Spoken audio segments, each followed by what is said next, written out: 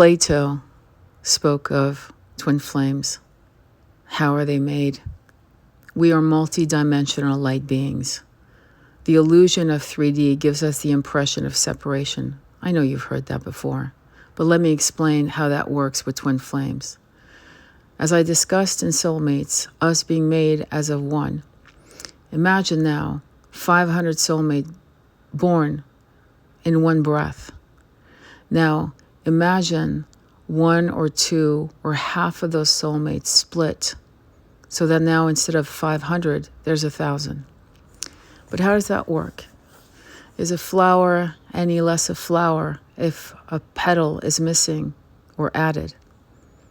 Maybe this is not a good example, but what I'm trying to share with you is that us being multi-dimensional light beings means the following.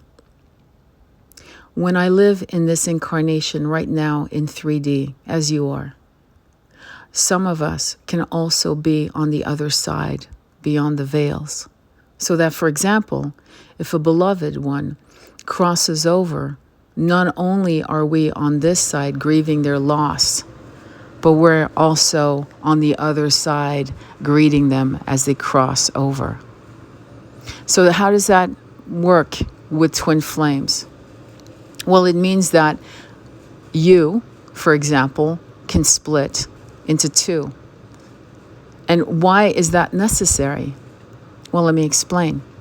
Some of us who are starseeds, meaning we've had incarnations way before we ever landed on Earth, are currently having more than one incarnation going simultaneously.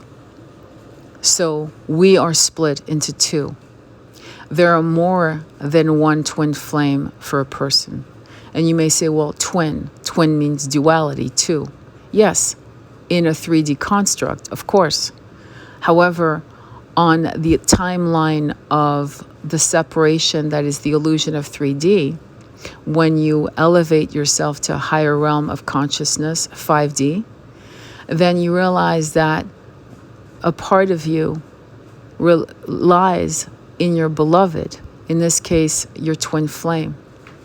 Not every twin flame will incarnate with you. In other words, not every incarnated soul is going to have the opportunity to be in union with twin flames.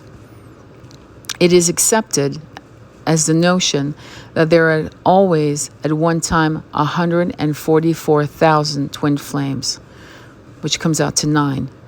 In malas and japa beads, it's 108, which is 9. The 9 number is very significant, and at some point I can discuss that. However, we're talking about twin flames and how souls can split into two.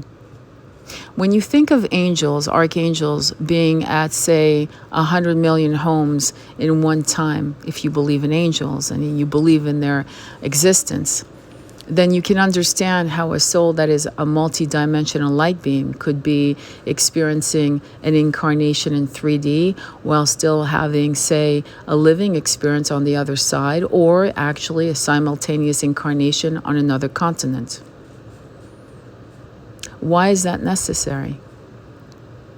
Well, that would explain why we've gone through an incredible growth in population. But why is that necessary for a twin flame?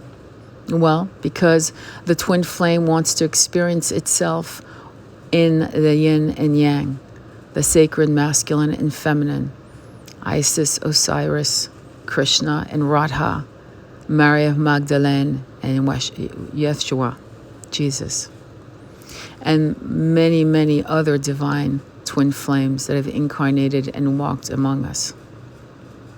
What are the lessons in twin flames? To understand unconditional love for the self. For every twin flame is a mirror of your shadows. What you despise most in yourself will be triggered, open wide and ripped. And it is not for the faint of heart, and yet everyone wants a twin flame. It seems to be that code word, that cachet. A twin flame experience is extremely painful, extremely triggering, and can actually and has decimated people. The reason why we split into two is so that we can experience a simultaneous feeling of what it is to be in the masculine and in the feminine. We are biologically different as the female and as the male. And so we incarnate in these bodies to be controlled by the illusion of the hormonal aspect that separate us, our moods, our feelings, and how we are viewed by the world and how we view the world. These experiences with your twin flame, should you be blessed and not so blessed in being in those incarnations, are all about you really realizing that this is all arms on deck. It's about you learning why these shadows within yourself have been suppressed for multiple incarnations. And the ascension is this: either look in the mirror with compassion and kindness and patience into the eyes of your beloved, which is you, which is your twin, or not fail, but I'd say do a redo. Hopefully this will help explain the aspect of this weird idea that we are in separation. We are actually never in separation. We are simply incarnated in individual bodies, having quite often, for many of us who are starseeds, simultaneous experiences. Namaste.